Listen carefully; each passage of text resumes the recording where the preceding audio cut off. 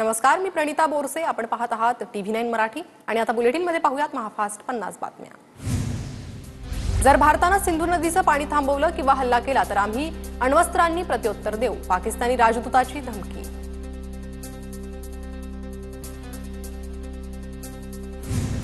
थेट हल्ला न करताही भारताने शहबाज आणि मुनीरची झोप उडवली. पाकिस्तानवर थेट हल्ला न करता भारताकडून राजनैतिक दबाव, IMF कडून येणारी मदत पुढे ढकलली जाऊ शकते अशी शहबाज आणि मुनीरला भीती. भारताला घाबरलेल्या पाकिस्तान सरकारचं उद्या विशेष अधिवेशन. पाकिस्तान सरकारनं अचानक विशेष अधिवेशन बोलावलं. पहलगाम हल्ल्यावर उद्याच्या अधिवेशनात चर्चा होणार.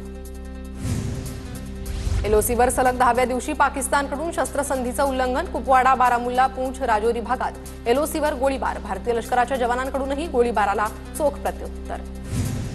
POKतील नागरिकांकडून 2 महिन्यांच्या राशनसाठी दुकानांवर रांगा. POK युद्धाच्या दहशतीत मदरसेही तात्पुरते बंद.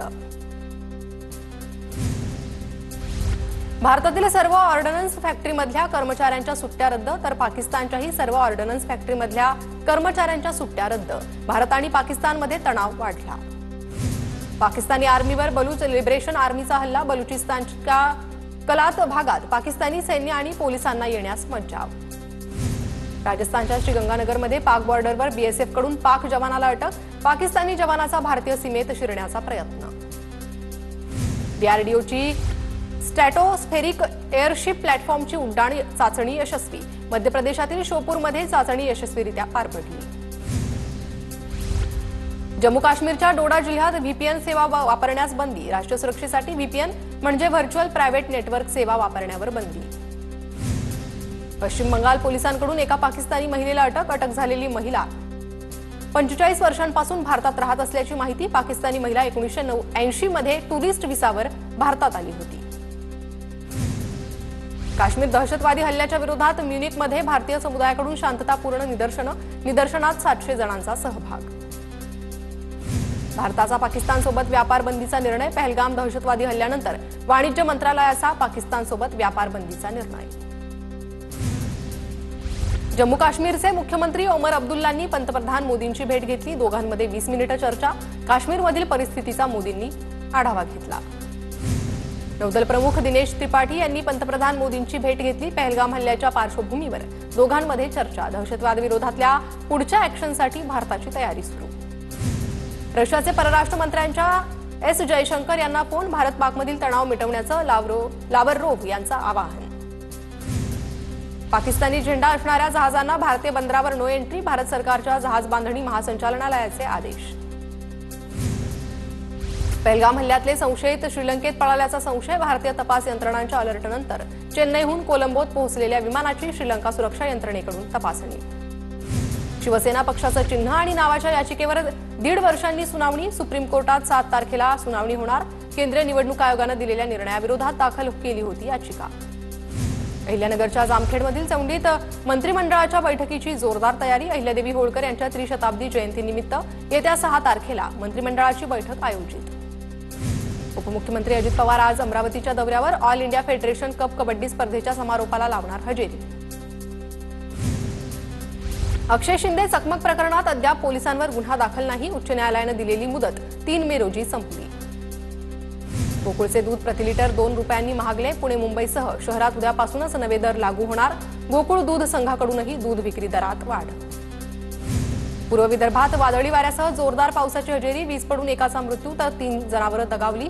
काही भागात गारपिटीसह वादळी वाऱ्यामुळे अनेकांची तारांबळ. राज्यापुढे अवकाळी पावसाचं संकट. पुढील 5 दिवस कोकण किनारपट्टीसह मध्य महाराष्ट्र आणि मराठवाड्याला अवकाळी पावसाचा इशारा. मुंबईसह ठाणे, पालघर आणि आसपासच्या भागांमध्ये रविवारपासून पावसाची शक्यता. हवामान विभागाचा अंदाज. मुंबईकरांना उकाड्यापासून दिलासा मिळण्याची शक्यता. नाशिक जिल्ह्यातील घाट क्षेत्रात 3 ते 7 मे दरम्यान हलक्या पावसाची शक्यता. 3 ते 5 मे दरम्यान जिल्ह्याला पावसाचा येलो अलर्ट. वाढत्या तापमानामुळे अकोलेकर हैराण. अकोल्यात 44.3 अंश सेल्सिअस तापमानाची नोंद. दुपारच्या वेळी नागरिकांना घरातच राहण्याच्या सूचना. वाढत्या तापमानामुळे यवतमाळ जिल्ह्यातील निळोणा धरणातील पाणी पातळीत घट. शहरातील काही ठिकाणी 3 दिवसांआड पाणी पुरवठा. धाराशिव जिल्ह्यातील परंडा तालुक्यातील भोंजा हवेलीत प्रत्येक शेतात जलतारा तयार करण्यास सुरुवात. महात्मा गांधी राष्ट्रीय ग्रामीण रोजगार हमी योजना अंतर्गत भूजल पातळी वाढवण्यासाठी प्रयत्न. गोंदियाच्या जिल्ह्यातील अर्जुनी मोरगावमधील 18 गावात 3 दिवस पाणीपुरवठा बंद. पाणीपुरवठा योजनेच्या विहिरीत पाणी पोहोचवणारा कालवा कोरडा ठाक पडल्यानं पाणी टंचाई. जळगावच्या जामनेरमधील गोगडी धरण कोरडं ठाक. धरणात केवळ 3% पाणीसाठा असल्याची माहिती. धरण कोरडं झाल्यानं पहूर पेठ पहूर कसबे ग्रामस्थांच्या पाण्याचा प्रश्न गंभीर. धाराशिवच्या तुळजाभवानी मंदिरात बनावट व्हीआयपींना थेट दर्शन बंदीचा प्रशासनाचा निर्णय. व्हीआयपी पास वाटपावरून अनेकांनी तक्रारी केल्यानं प्रशासनाकडून कारवाई. भंडाऱ्याच्या तुमसरमध्ये आयपीएल क्रिकेट सामन्यावर सट्टा लावणाऱ्या 4 जणांविरोधात गुन्हा दाखल. तुमसर पोलिसांची कारवाई. डोंबिवली जवळील दावडी गावातून 16 वर्ष अल्पवयीन मुलीचं अपहरण. अज्ञात इसमानं फूस लावून पळवून नेल्याचा आजीकडून संशय व्यक्त. मानपाडा पोलीस ठाण्यात गुन्हा दाखल. जळगाव शहरातील कालिका माता मंदिर परिसरात एका हॉटेलजवळ तरुणाची निर्घृण हत्या. 30 वर्षीय आकाश पंडित भावसार याची पत्नीच्या नातेवाईकांकडून हत्या. नालासोपाऱ्यात महापुरुषांबद्दल आक्षेपार्ह वक्तव्य केल्यानं एकाला बेदम मारहाण.